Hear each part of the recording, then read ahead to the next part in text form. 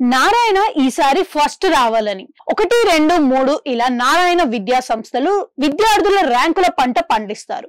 ఇప్పుడు ఇలాగ తాను కూడా పొలిటికల్ ఎగ్జామ్ లో ఫస్ట్ రావాలని నారాయణ విద్యా సంస్థలు అధినేత మాజీ మంత్రి పొంగూరు నారాయణ ప్రయత్నిస్తున్నారు. 2019 ఎన్నికల్లో నెల్లూరు నగర్ నియోజకవర్గంలో ఓడిన నారాయణ ఈసారి మాత్రం టీడీపీ తరపున జయకేతనం ఎగురువేయాలనే పట్టుదలతో ఉన్నారు. అందుకు తగ్గట్లుగా పక్కా ప్రణాళికతో సాగిపోతున్నారు. 2014 ఎన్నికల్లో నారాయణ పోటీ చేయలేదు, కానీ అప్పుడు టీడీపీ అధికారంలోకి వచ్చింది. దీంతో ఎమ్మెల్సీ అయిన నారాయణ మున్సిపల్ శాఖ మంత్రిగా ఎదిగారు.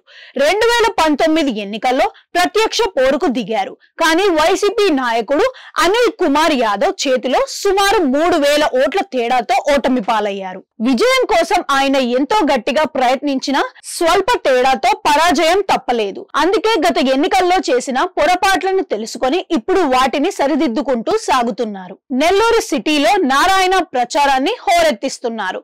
అయితే గత ఎన్నికల్లో తన సన్నిహితులు, సొంత పార్టీలోని కొంతమంది నేతలు తనను మోసం చేశారని నారాయణ భావించినట్లు తెలిసింది. తన పేరు ప్రజలకు చేరకుండా వీళ్ళు అడ్డుకున్నారని ఆయన అనుకుంటున్నారు.